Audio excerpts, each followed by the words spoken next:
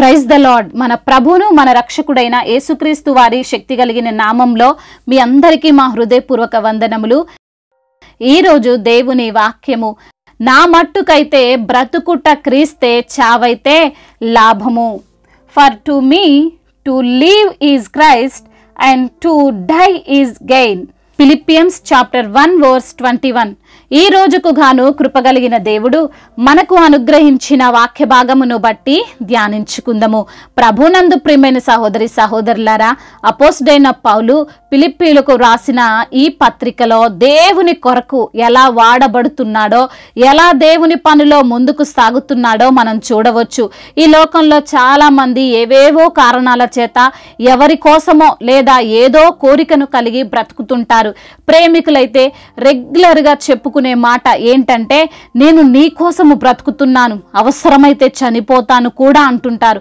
కొంతమంది తమ బిడ్డల కోసం, తమ ఉద్యోగాల కోసం, తమ తల్లిదండ్రుల కోసం, ఇలా వారికి ఎవరంటే ఇష్టమో, ఎవరి మీద వారికి ధ్యాస ఎక్కువగా ఉందో వారి గురించే బ్రతకాలని అనుకుంటారు. కానీ పౌలు భక్తుడు దేవునిపై విశ్వాసమును కనబరుస్తున్నాడు.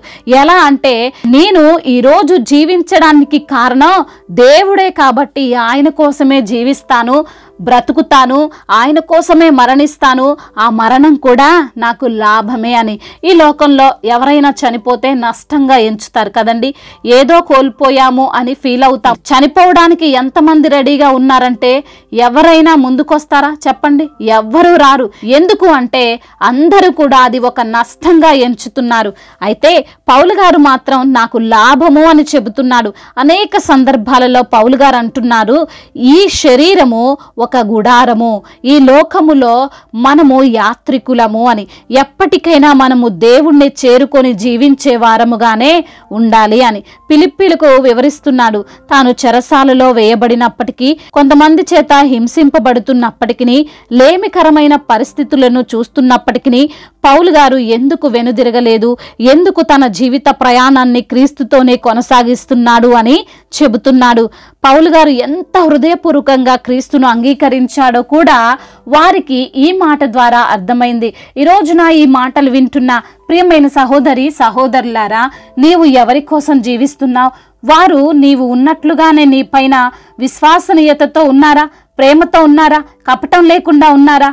నీవు వారి కోసం చనిపోతానని అంటున్నావు. మరి నీ కోసం అటువంటి నిర్ణయం అవతల వ్యక్తి తీసుకోగలడా? ఒకసారి ఆలోచించు. నీ నుండి ఏమి ఆశించి వారు నీతో ఉంటున్నారు? నీ దగ్గర ధనం లేకపోతే, నీ దగ్గర వారికి కావాల్సింది లేకపోతే కూడా వారు నీతో అదే విధంగా ప్రేమగా, ఆప్యాయంగా, క్లోజ్గా ఉంటారా? ఒకసారి పరీక్షించు. మనము లోతుగా ఈరోజు వాక్య భాగమును అధ్యయనం చేస్తే బహుశా అక్కడున్న ఫిలిప్పీ సంఘం వారు అనుకుంటుండొచ్చు, ఏంటి ఈయనకు అంత పిచ్చి భక్తి, క్రీస్తు కోసం చనిపోతా అంటున్నాడు, ఆయన కోసమే బ్రతుకుతానంటున్నాడు అని అనుకొని ఉండొచ్చు కదండి. ఆ రోజున ఫిలిప్పీ సంఘం వారికి మరి అంత భక్తి ఉందో లేదో తెలియదు. కానీ పౌలు గారైతే అంటున్నారు, నా మట్టుకు అని, అనగా నాకు మాత్రమే అలాగా అనిపిస్తుంది, అలానే జీవించాలని ఉంది అని వారికి లేఖ రాస్తున్నాడు. ఏంటండి పౌలు క్రీస్తులో చూసింది, అంతగా ఆకర్షించింది అంటే, మనుష్యుల వంటి వాడు కాదు క్రీస్తు. ఆయనలో స్వార్థము లేదు, ఆయనలో కుళ్ళు లేదు, ఆయనలో పాపము లేదు. ముఖ్యంగా ఆయనకు మనతో ఏ అవసరమో లేదు. ఈ లోకము ఆయనదే, ఈ లోకంలో ఉన్న సమస్తము ఆయనదే. మన దగ్గర నుండి ఆయన ఏది ఆశించలేదు, కానీ ఆయనే మనకు ఇవ్వాలని ఆశపడుతున్నాడు. నిత్య జీవాన్ని బహుమానముగా ఇవ్వాలని ఆశపడుతున్నాడు. అటువంటి పరిశుద్ధుడైన దేవుడు గనుకనే ఈ ప్రపంచంలో అనేక మంది తమ జీవితాలను యేసు కోసం ధారపోశారు. తమ ఉద్యోగములను, వ్యాపారములను విడిచిపెట్టి సమస్తము కూడా ఆయన కోసం పెంటగా ఎంచి క్రీస్తు కొరకు ప్రయాసపడ్డారు. ఈ రోజున ఈ మాటలు వింటున్న ప్రియమైన సహోదరి సహోదరుడా, నీవు క్రీస్తు కొరకు జీవించే వ్యక్తివిగా ఉన్నావా? లేక ఈ లోకం కోసం జీవించే వ్యక్తివిగా ఉన్నావా? ఒక్కసారి ఆలోచన చేయి. ఈ లోకం కోసం జీవిస్తే ఈ లోకం మట్టుకే నీకు లాభం కలగొచ్చేమో, కానీ దేవుని కొరకు నీవు జీవిస్తే ఈ లోకమందును పరలోకమందును నీవు ప్రతిఫలాన్ని పొందుకుంటావు.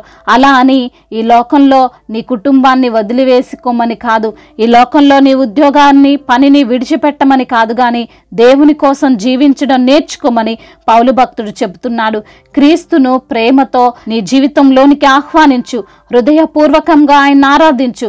గొప్ప మేలులు, అద్భుత కార్యాలు నీ జీవితంలో నీవు తప్పక చూస్తావు. దేవుడి మాటలను దీవించి మన హృదయములో ఫలింప చేయునుగాక. వాక్య భాగమును బట్టి ప్రార్థించుకుందాం. ప్రతి ఒక్కరు కూడా ప్రార్థనలో ఏకీభవించగలరు. ప్రార్థన. సర్వశక్తిమంతుడైన దేవా, సర్వాధికారి, మీకు వందనాలు, స్తోత్రాలు. ప్రభువా, ఉన్నతుడివి, సర్వోన్నతుడివి తండ్రి. ఆకాశమును భూమిని సమస్తాన్ని నోటి మాట ద్వారా కలగజేసిన దేవుడవుతాను, మీకు స్తోత్రాలయ్యా. ఈ రోజున తండ్రి వాక్యము ద్వారా మీరు మాతో మాట్లాడారు. నా మట్టుకైతే బ్రతుకుట క్రీస్తే, చావైతే లాభమే అని పౌలు భక్తుడు పలికినటువంటి మాట ద్వారా తండ్రి మాతో కూడా మీరు మాట్లాడారు. అవును ప్రభువా, మా నుంచి ఏమి ఆశించని దేవుడవు అయ్యా, మా నుంచి ఏది కూడా తీసుకునే ప్రభుడవు కాదు నాయన. కేవలం మాకు తండ్రి నిత్య జీవం ఇవ్వడం కొరకే మా కొరకు మరణించి తిరిగి లేచిన ప్రభుడవని అయా, మీ యొక్క ప్రేమలో స్వార్థము లేదని, మీ ప్రేమలో కపటము లేదని అయా, నిస్వార్థముగా ప్రేమించే దేవుడవని తండ్రి అయా, మరి ఈ రోజున తండ్రి వాక్యము ద్వారా సూటిగా తేటగా మాతో మాట్లాడారు. మమ్మల్ని ఎంతగానో సరిచేశారు, బలపరిచారు ప్రభా. అందును బట్టి మీకు స్తోత్రములు చెల్లిస్తున్నాము తండ్రి. ఎందరైతే బిడ్డలు ఈ రోజున వారికి ఉన్న కష్టాలను బట్టి, వారికి ఉన్న శ్రమలను బట్టి మీ సన్నిధిలో ప్రార్థిస్తున్నారు, వారి మొరలను మీరు ఆలకించండి ప్రభా. అడుగుడి మీకు ఇవ్వబడునంటున్నా, వెతకుడి దొరకబడునంటున్నా, తట్టుడి తెరవబడునంటున్నా తండ్రి. అడుగుచుండగా ప్రభా అవసరతలు తీర్చే దేవుడో ప్రభా. బిడ్డలకున్న అనారోగ్య సమస్యల నుండి యేసు నామముల విడుదల దయచేయండి. ఏ అనారోగ్యముతో, శారీరక బలహీనతతో, దీర్ఘకాలిక రోగాలతో, చెడు వ్యసనాలతో బిడ్డలు ఉన్నారో ప్రభా, ఆ యొక్క తండ్రి ఆ సమస్యలన్నిటి నుంచి కూడా విడుదల దయచేయండి. సంపూర్ణ ఆరోగ్యం ఇచ్చి బిడ్డలను మీ సన్నిధిలో సాక్షులుగా నిలవబెట్టండి. ఐసీలో ఉన్న ప్రతి బిడ్డకు యేసు నామములో స్వస్థతను దయచేయండి. అప్పుల ఊబిలో కూరుకుపోయిన బిడ్డలను మీరు లేవనెత్తండి. ఆర్థిక సమస్యలతో తండ్రి ఉంటున్న ప్రతి బిడ్డకు యేసు నామములో విడుదల దయచేయమని బ్రతిమిలాడుకుంటున్నాం తండ్రి. అదే విధంగా నా ప్రభువా, ఎందరైతే కుటుంబ సమస్యల చేత నలిగిపోతున్నారో, ఆర్థికంగా ఇబ్బందులను అనుభవిస్తున్నారో అయ్యా, కుటుంబములో నెమ్మది లేక, సంతోషము లేక, సమాధానము లేక జీవిస్తున్నారో, భార్యాభర్తల మధ్య విభేదాలతో ఉంటున్నారో, ఆస్తి తగాదాలతో ఉంటున్నారో ప్రభా, మరి తండ్రి దేని గురించి ప్రభా వారు తండ్రి ఆందోళనకరమైన జీవితాన్ని గడుపుతున్నారో ఆ సమస్యను గద్దించండి ప్రభా. ప్రేమ కలిగి తండ్రి ఎల్లప్పుడూ సంతోషంగా ఉండే కృపను దయచేయండి ప్రభా. అదే విధంగా నా తండ్రి ఎందరైతే బిడ్డలు ఉద్యోగము లేక బాధపడుతున్నారో వారికి మంచి ఉద్యోగాన్ని దయచేయండి. ఉద్యోగం చేస్తూ ఆటంకాల మధ్యలో ఉన్నటువంటి అయ్యా, వారికి ఉన్న ఆటంకాలను కొట్టివేయండి నా ప్రభా. అదే విధంగా అయ్యా, కాంపిటేటివ్ ఎగ్జామ్స్ రాస్తున్న ప్రతి బిడ్డకు మీరు తోడుగా ఉండని, మీ యొక్క జ్ఞానము చేత వారిని నింపి నడిపించమని బ్రతిమిలాడుకుంటున్నాం తండ్రి. అదే విధంగా ఎందరైతే బిడ్డలు దుఃఖములో ఉన్నారో వారి దుఃఖమును కొట్టివేసి నాట్యంగా మార్చండి తండ్రి. అయ్యా, ఈ రోజున ఎందరైతే బిడ్డలు సంతానము లేక బాధపడుతున్నారో వారికి సంతానాన్ని మీరు అనుగ్రహించండి తండ్రి. ప్రతి యవన బిడ్డ నిమిత్తము ప్రార్థిస్తున్నాం తండ్రి. యవన వయసులో మీ కాడిని మోసే కృపను దయచేయండి తండ్రి. అవును నా తండ్రి అయ్యా, బిడ్డలు అయ్యా యవన వయసులో తండ్రి ఏ పాపమును తండ్రి వారు చేయకుండా మీ యందు భయభక్తులు కలిగినటువంటి జీవితం ప్రతి యవన బిడ్డకు మీరు దయచేయండి ప్రభా. చెడు వ్యసనాల నుండి తండ్రి బిడ్డలకు విడుదలను అనుగ్రహించమని బ్రతిమిలాడుకుంటున్నాం తండ్రి. అయ్యా, ఇప్పుడే పుట్టిన చంటి బిడ్డలను కూడా జ్ఞాపకం చేసుకోండి అయ్యా. వారికి తండ్రి సంపూర్ణమైన ఆరోగ్యమును దయచేయండి తండ్రి. అదే విధంగా నా ప్రభువ, ప్రయాణాల్లో ఉన్న ప్రతి బిడ్డకు మీరు తోడుగా ఉండండి. వారి ప్రయాణం అంతటిని సుఖముగా సౌఖ్యముగా జరుగునట్లుగా కృప చూపించండి. ఇతర దేశాల్లో ఉంటున్న ప్రతి బిడ్డకు మీరు తోడై ఉండండి అయ్యా. మా భారతదేశమును, తెలుగు రాష్ట్రాలను, అధికారులను అయ్యా మీరు జ్ఞాపకం చేసుకోండి. అధికారులందరికీ మీరు తోడుగా ఉండండి. మీ యొక్క జ్ఞానాన్ని, సమయోచితమైనటువంటి ఆ యొక్క జ్ఞానాన్ని వారికి మీరు అనుగ్రహించండి. మా భారతదేశమును తండ్రి అభివృద్ధి పరచమని బ్రతిమిలాడుకుంటున్నాము. సమాధాన దేశముగా మా భారతదేశమును నిలవబెట్టండి. అదేవిధంగా దైవ సేవకులందరికీ మీరు తోడుగా ఉండండి. వారిని మీరు బలపరచండి. సువార్థికులను అయ్యా మీరు ధైర్యపరచండి ప్రభా. ఎటువంటి ఇబ్బందులు కలిగినా ప్రభా అయ్యా మిమ్మల్ని ప్రకటించే వారిగా వారిని నిలవబెట్టుకోండి. మిషనరీస్ ని కూడా మీరు దీవించండి. వారి కుటుంబాలకు మీరు తోడు తోడుగా ఉండండి. వారు చేస్తున్న పరిచర్యనంతటినీ నూరంతల ప్రతిఫలముతో నింపండి.